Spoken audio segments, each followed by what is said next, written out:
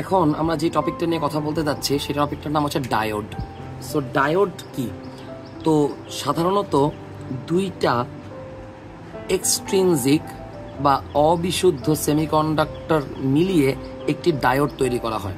আমরা কিন্তু আগের ক্লাসে পড়েছি যে এক্সট্রিনজিক সেমিকন্ডাক্টর দুই প্রকার, একটা হচ্ছে এন টাইপ আর একটা হচ্ছে পি টাইপ।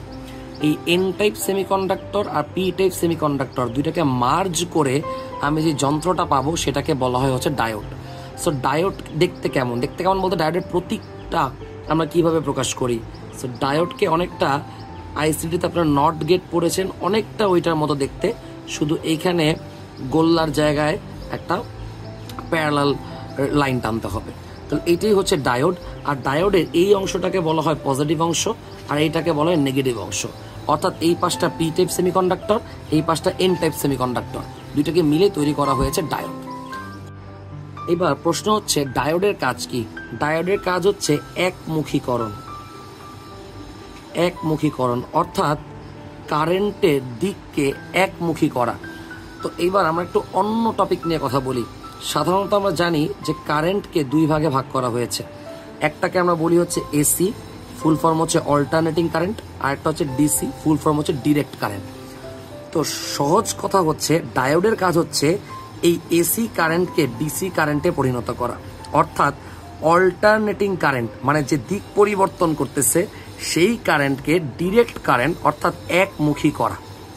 আচ্ছা, তো কিভাবে করে সেটাকেই আমাদেরকে সার্কিটের মাধ্যমে বুঝতে হবে। তো প্রথমে আমাদেরকে একটু জানতে হবে যে ডিসি কারেন্টের জন্য আমরা গ্রাফটা কিভাবে আঁকি আর এসি কারেন্টের জন্য আমরা গ্রাফটা কিভাবে আঁকি। তো ডিসি মানে যেহেতু ডিরেক্ট কারেন্ট অর্থাৎ কারেন্ট দিক পরিবর্তন করতেছে না, এটা গ্রাফটা হয় একবারে এক্স অক্ষের সমান্তরাল। এটি হচ্ছে ডিরেক্ট কারেন্টের লেখচিত্র, সে দিক পরিবর্তন করতেছে না। কিন্তু এসি বা অল্টারনেটিং কারেন্ট যেহেতু দিক পরিবর্তন করতেছে, সেটা গ্রাফটা অনেকটা তরঙ্গের মতো হবে, অর্থাৎ এইটা হচ্ছে এসি কারেন্টের গ্রাফ। তার মানে সে প্রতি মুহূর্তে কি করতেছে? দিক পরিবর্তন করতেছে। ওকে, এখন আমরা দেখব কিভাবে ডায়োড এই এসি কারেন্টকে ডিসি কারেন্টে পরিণত করে। ওকে, তো প্রথমত আমরা একটা সার্কিট নিয়েছি। এই সার্কিটে আমরা কি কি ব্যবহার করেছি? প্রথমত এই চিহ্নটা মানে কি? কখনো যদি এই চিহ্নটা দেখেন আপনাকে ধরে নিতে হবে এটা এসি কারেন্টের উৎস। ডিসি কারেন্টের উৎস অলরেডি চলতরিতে আপনি পড়েছেন। ডিসি কারেন্টকে সাধারণত এরকম ব্যাটারি সাইন দিয়ে আমরা প্রকাশ করি। ওকে, এটা কি কখনো দিক পরিবর্তন করতো না, কিন্তু এখান থেকে যাইতো পুরোটা চক্কর মেরে ঘুরে আসতো, এভাবেই ঘুরতো। কিন্তু এসি কারেন্ট মানে হচ্ছে অল্টারনেটিং কারেন্ট, যা উৎস হচ্ছে এইটা, এখানে প্লাস আর মাইনাস নির্দিষ্ট না। ডিসি কারেন্টে যেমন এটা প্লাস আর এটা হচ্ছে মাইনাস, এসি কারেন্টে একবার চক্কর নেওয়ার পর প্লাস আর মাইনাস নিজেদের পজিশন পরিবর্তন করে। অর্থাৎ যদি আমি ধরে নিই এখন এটা পজিটিভ এটা নেগেটিভ, তাহলে পজিটিভ থেকে কারেন্ট বের হবে, একটা চক্কর মারার পরে এই পজিটিভটা হয়ে যাবে নেগেটিভ আর নেগেটিভটা হয়ে যাবে পজিটিভ। আচ্ছা, এরপরে আমি এখানে একটা রোধ বা রেজিস্ট্যান্স ব্যবহার করেছি আর এখানে ব্যবহার করেছি ডায়োড। তো প্রথম কাজ হচ্ছে এই ডায়োডের পজিটিভ আর নেগেটিভ প্রান্ত আইডেন্টিফাই করা। এটা হচ্ছে ডায়োডের পজিটিভ আর এটা হচ্ছে ডায়োডের নেগেটিভ প্রান্ত। ওকে, এখন আমরা জানি পজিটিভ থেকে কারেন্ট বের হবে, এই যে কারেন্টটা বের হলো আই।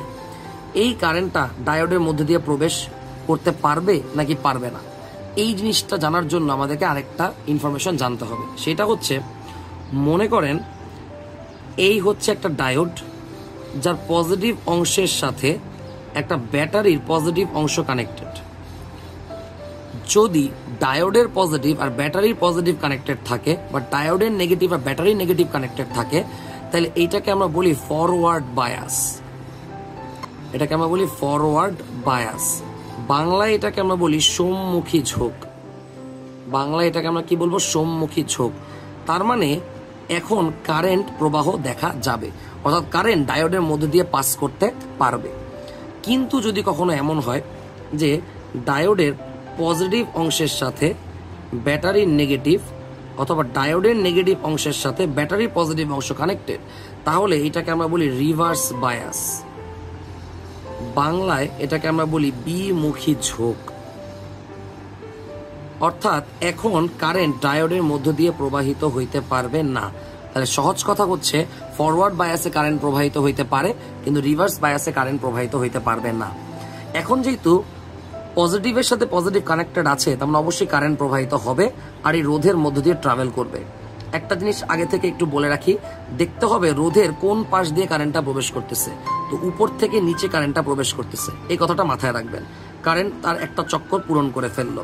ওকে, তাহলে আমি এখন যেহেতু অল্টারনেটিং কারেন্ট মানে এসি কারেন্ট, তাহলে গ্রাফটা অবশ্যই কিরকম হবে, এইরকম হবে। আমি একটা ভোল্টেজ পাইলাম। আমরা জানি রোধের মধ্যে যদি কারেন্ট যায় তাহলে আমরা সেখানে কি পেয়ে যাব, ওহমের সূত্র অনুযায়ী ভোল্টেজ পেয়ে যাব। তাহলে আমি একটা ভোল্টেজের মান পেয়ে গেলাম।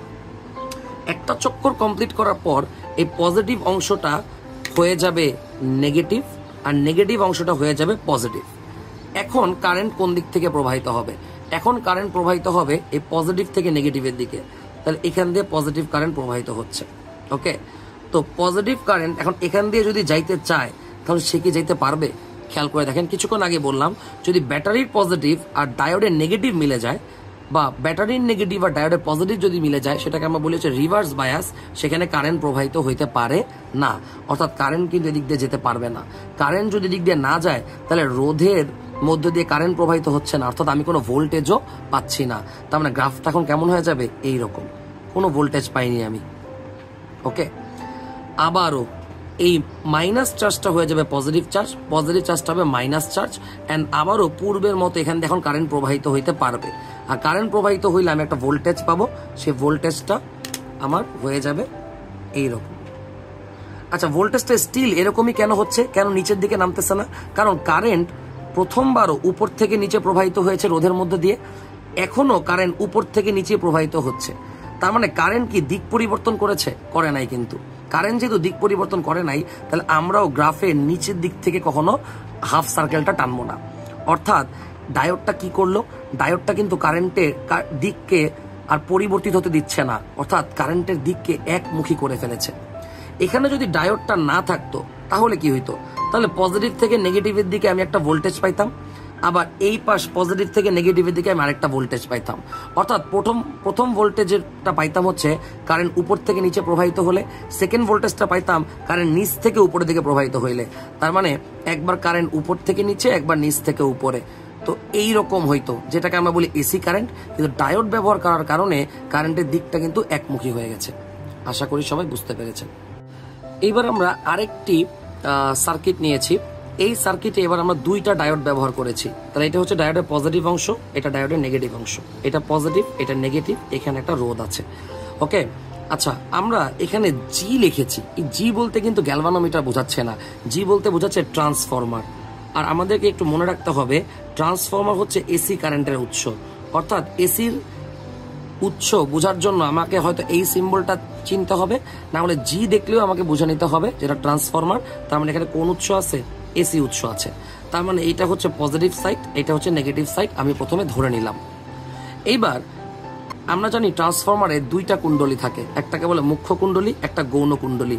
মুখ্য কুণ্ডলী দিয়ে যদি কারেন্ট যায় তাহলে তার আবেশে বা তার প্রভাবে গৌণ কুণ্ডলীর মধ্যেও কারেন্ট যাইতে দেখা যায়। যাই হোক, এই ইনফরমেশনটা আপাতত আমাদের টপিকের জন্য ইম্পর্টেন্ট না। ইম্পর্টেন্ট হচ্ছে পজিটিভ সাইড থেকে এবার কারেন্ট যাচ্ছে, তো মুখ্য কুণ্ডলীর আবেশের কারণে গৌণ কুণ্ডলীও আবেশিত হয়ে যাবে। কোশ্চেন হচ্ছে কারেন্ট কি এখান থেকে যেতে পারবে কিনা? অবশ্যই যেতে পারবে। পজিটিভের সাথে যদি পজিটিভ কানেক্টেড থাকে তাকে আমরা বলি ফরওয়ার্ড বায়াস। কারেন্টটা এখানে আসলো, এবার এখানে আসার পরে কারেন্ট কি নিচ দিয়ে যেতে পারবে? পারবে না, কারণ এখানে নেগেটিভ সাইড কানেক্টেড, অর্থাৎ রিভার্স বায়াস, মানে কারেন্ট যেতে পারবে না। তাহলে কারেন্ট অবশ্যই এই রোধ দিয়ে ট্রাভেল করে ফেলবে। তাহলে আমরা একটু খেয়াল করি রোধের মধ্যে কারেন্ট কোন দিক থেকে কোন দিকে প্রবেশ করেছে, ডান থেকে বামের দিকে প্রবেশ করেছে। অর্থাৎ আমরা রোধের মধ্যে যেহেতু কারেন্ট গিয়েছে আমরা একটা ভোল্টেজ পেয়ে যাচ্ছি। এবার একটা চক্কর কমপ্লিট করার পর প্লাসটা হয়ে যাবে মাইনাস, আর মাইনাসটা হয়ে যাবে কি প্লাস। এবার কারেন্টটা নিচ দিয়ে প্রবাহিত হবে, আর মুখ্য কুণ্ডলীর আবেশে গৌণ কুণ্ডলীও আবেশিত হয়ে যাবে। এখানে এখন কারেন্ট প্রবাহিত হবে। প্রবাহিত হইতে পারবে তো? অবশ্যই পারবে, প্লাসের সাথে প্লাস কানেক্টেড। কারেন্ট এখান দিয়ে প্রবাহিত হইলো, এখানে আসলো, উপর দিয়ে কি কারেন্টটা যেতে পারবে? পারবে না, কারণ রিভার্স বায়াস, নেগেটিভলি কানেক্টেড। তাই কারেন্টটা আবারও ডান থেকে বামের দিকে প্রবেশ করতেছে, অর্থাৎ রোধের মধ্যে আবারও কারেন্ট যাচ্ছে। তার মানে আমি আবারও ভোল্টেজ পাচ্ছি, কিন্তু কারেন্টটা কি উল্টা দিক থেকে যাচ্ছে না, আগের বারও ডান থেকে বামে গিয়েছে, এবারও ডান থেকে বামে যাচ্ছে। অর্থাৎ এইবার আমি কিন্তু আবারও আগের সার্কিটে যেমন মাঝখানে গ্যাপ পড়েছিল, এবার কিন্তু গ্যাপ পড়ে নাই। এবার কিন্তু আমি ঠিকই ভোল্টেজ পাচ্ছি, কিন্তু ভোল্টেজ কি বিপরীত দিকে পাচ্ছি? না, একই দিকে পাচ্ছি। এইভাবে জিনিসটা পুনরাবৃত্তি হইতে থাকবে, অর্থাৎ আমি এই রকম একটা গ্রাফ দেখতে পারবো। যেখানে মাঝখানে কোনো ফাঁকা থাকবে না। অথচ আগের গ্রাফে কিন্তু এরকম ছিল, একবার ভোল্টেজ পাইছি, একবার পাইনি, একবার পাইছি, একবার পাইনি, একবার পাইছি, একবার পাই নাই, এরকম ভাবে। তো এই যে আমি দুই ধরনের গ্রাফ পাচ্ছি, এই দুই ধরনের নাম আছে। সো নাম বলার আগে আপনাকে আরেকটা জিনিস বলি, যে আমি এতক্ষণ ধরে এই দুইটা জিনিসকে সার্কিট বলে উল্লেখ করতেছিলাম। তো হ্যাঁ, অবশ্যই এটা সার্কিট, বাট কোনো সার্কিটে যদি আমরা ডায়োড ব্যবহার করি তখন সেটাকে আমরা বলি রেকটিফায়ার। এই রেকটিফায়ার শব্দের অর্থই হচ্ছে একমুখীকরণ। অর্থাৎ আমরা এন টাইপ আর পি টাইপ সেমিকন্ডাক্টর দিয়ে একটা ডায়োড তৈরি করেছিলাম, আবার এই ডায়োডকে সার্কিটে ব্যবহার করে আমরা রেকটিফায়ার তৈরি করতেছি। অর্থাৎ রেকটিফায়ারেরই কাজ মূলত কারেন্টের দিককে একমুখী করা। আর এই রেকটিফায়ারকে আমরা এখন দুই ভাগে ভাগ করলাম। এখানে অর্ধেক তরঙ্গ দেখা যাচ্ছে, তাই এটাকে বলা হয় হাফ ওয়েভ রেকটিফায়ার, অর্থাৎ অর্ধ তরঙ্গ রেকটিফায়ার। আর এখানে আমি কোনো অর্ধেক না, ফুল ওয়েভ দেখতে পাচ্ছি, তাহলে এটাকে বলবো আমরা ফুল ওয়েভ রেকটিফায়ার বা পূর্ণ তরঙ্গ রেকটিফায়ার। আশা করি সবাই ইনফরমেশনগুলো বুঝতে পেরেছেন।